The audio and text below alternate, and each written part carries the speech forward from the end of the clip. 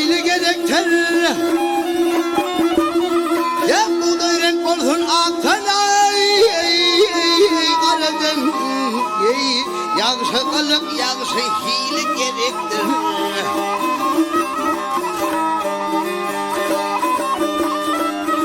Ya hayatı kök olsun isteyecekler kara taşa düştün akülü dalla.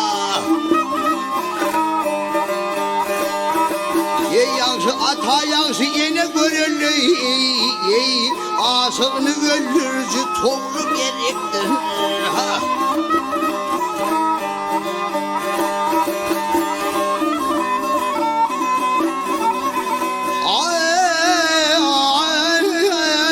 Boyu değil olsun yüzü ak olsun.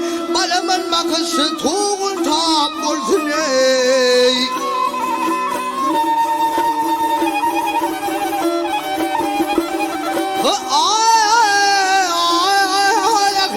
Senden sümmü tapırsın ey. Yemma dedin şimdi aynı gerektir. Ha.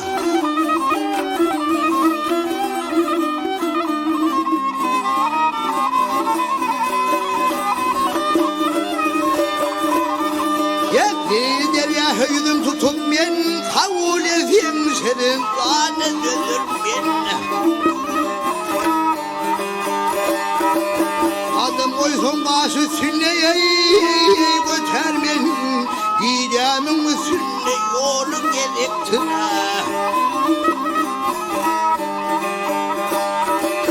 Gerektir ha ha.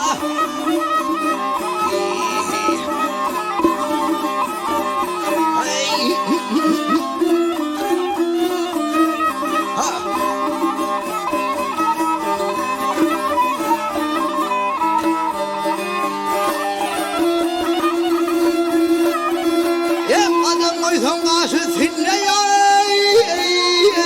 götürmen Didemin sünne yolu gerektir.